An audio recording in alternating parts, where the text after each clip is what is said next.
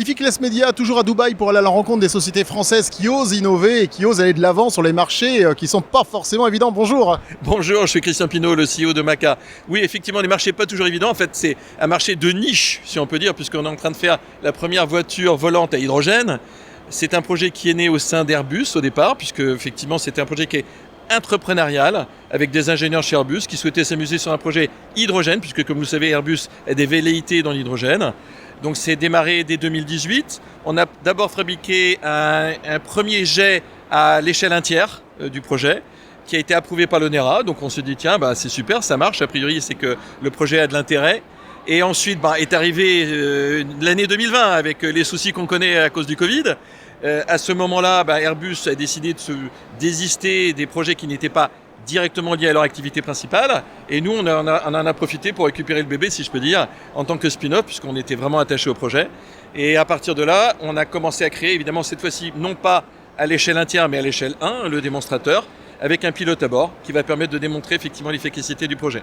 Et ça demande des fonds, tout ça, c'est facile pour une société française. Alors un spin-off, vous allez me dire, c'est peut-être un peu plus facile que quelqu'un qui démarre de zéro, mais c'est facile pour une société française justement de lever des fonds pour ce genre de projet ?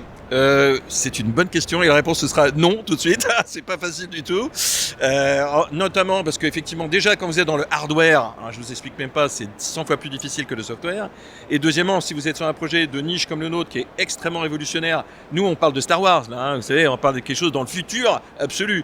Donc là, les investisseurs et notamment les fonds d'investissement, alors là pour eux c'est même pas la peine parce que là ils ont des comptes à rendre. Nous, ce qu'on cherche, je vous le dis tout de suite, on cherche un family office où il y a quelqu'un à l'intérieur qui est un amoureux des sports mécaniques, qui tombe totalement amoureux du projet et qui se dit « Ah ça c'est pour moi. J'ai un petit million qui traîne là, je savais pas quoi en faire, et je vais le mettre au sein de Maca et avec ça ils vont pouvoir aller jusqu'au bout du projet. » Qui est d'ailleurs sponsorisé aujourd'hui avec l'aide, on peut le dire, de Red Bull Advanced Technology. C'est quand même pas rien. Ça fait quand même effectivement un partenaire de choix.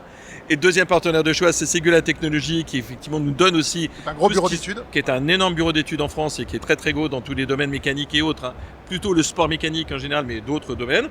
Voilà. Et effectivement aussi notre partenaire qui s'appelle Kavok Engineering, qui a développé avec nous toute la partie de développement intrinsèque, on va dire, du projet.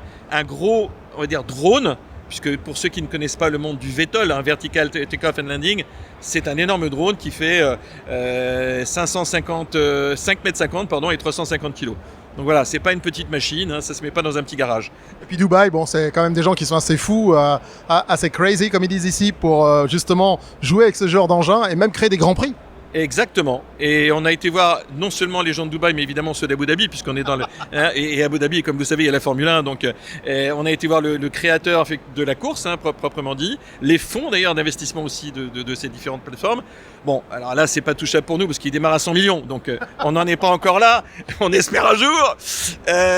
Et puis on a fait aussi le tour de tout le Golfe. C'est-à-dire que là, je reviens d'une tournée où j'ai fait l'Arabie Saoudite, j'ai fait le Koweït, le Qatar, tous ces pays qui aujourd'hui se font un petit peu la guéguerre entre eux pour avoir la plus belle technologie et qui ont, vous le savez, des fonds pratiquement illimités.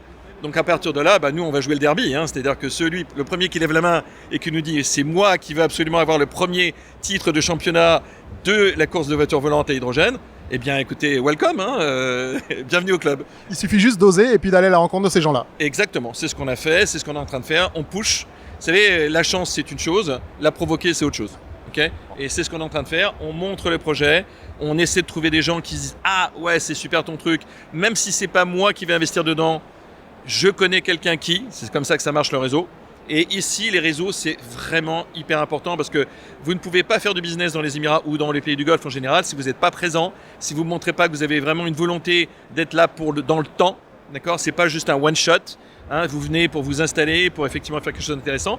On a déjeuné ce midi avec le secrétaire d'État du ministère de l'Industrie qui souhaite justement faire venir des très beaux projets de très grosse envergure. Parce qu'ici, ils voient grand, vous le savez. Si vous connaissez un peu Dubaï, c'est comme ça que ça marche. Et donc, voir grand, ça veut dire voir un petit peu différemment. Et aller dans même si c'est une niche au départ, des choses qui peuvent devenir énormes, en sachant que le monde du sport mécanique en général, au travers de la FIA par exemple, c'est 160 milliards de budget. Quand même. Ah oui, c'est le PIB de 5 pays. Et c'est 30 milliards de dollars dans le sponsoring. Donc c'est pour vous dire qu'il y a de l'argent autour de cette industrie.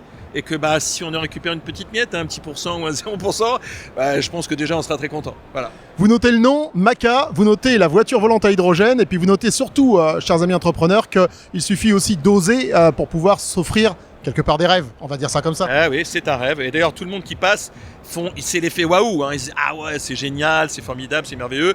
Bon, on essaie de créer effectivement cet écosystème autour des fans, on va dire, qui sont des fans en général de sport mécanique, mais qui viennent. Nous, on est déjà presque pas un sport mécanique, mais en hauteur. C'est-à-dire que nous, on est effectivement la Formule 1 volante. Donc voilà, c'est un petit peu différent, mais ça fait son effet. Du spectacle à venir, en tout cas, merci beaucoup, et bonne continuation à Dubaï et ailleurs d'ailleurs. Merci beaucoup. Merci, excellente journée à tous.